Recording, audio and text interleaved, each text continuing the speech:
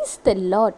இன்றைக்கு உங்களுக்கு ஏதோ ஒரு காரியத்தில் குறைவுபட்டு இருக்கிறீர்களா? குறைவை சரி செய்வதற்கான வழி எது என்பதை தேடிக்கொண்டிருக்கிறீங்களா? இரண்டு விதமான குறைவுகளை நாம் சொல்லலாம்.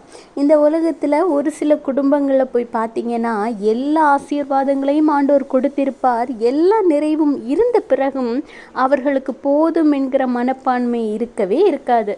எனவே குறைவு இருக்கும். இரண்டாவது, ஒரு சிலர் ஏதோ ஒரு காரியத்தில் முக்கியமான அத்தியாவசியமான தேவைகளுக்காக குறைவுபட்டு கஷ்டப்பட்டு கொண்டே இருப்பார்கள்.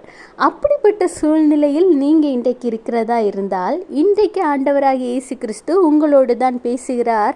உங்கள் குறைவை சரி செய்வதற்கான வழியை கூறுகிறார். கேட்கிறீங்களா? 1 கொரிந்தியர் 13:10, நிறைவானது வரும்போது குறைவானது ஒளிந்து போம்.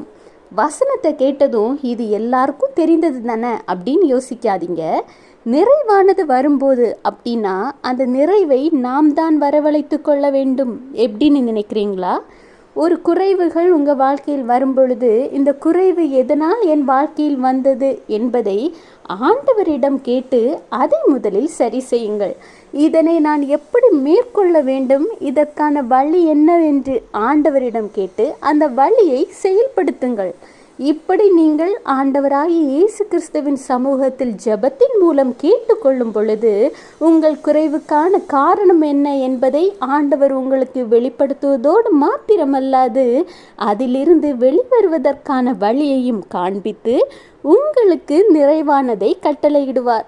நிறைவானது வரும்போது குறைவானது ஒளிந்து போகும். Have a blessed day. Jesus bless you.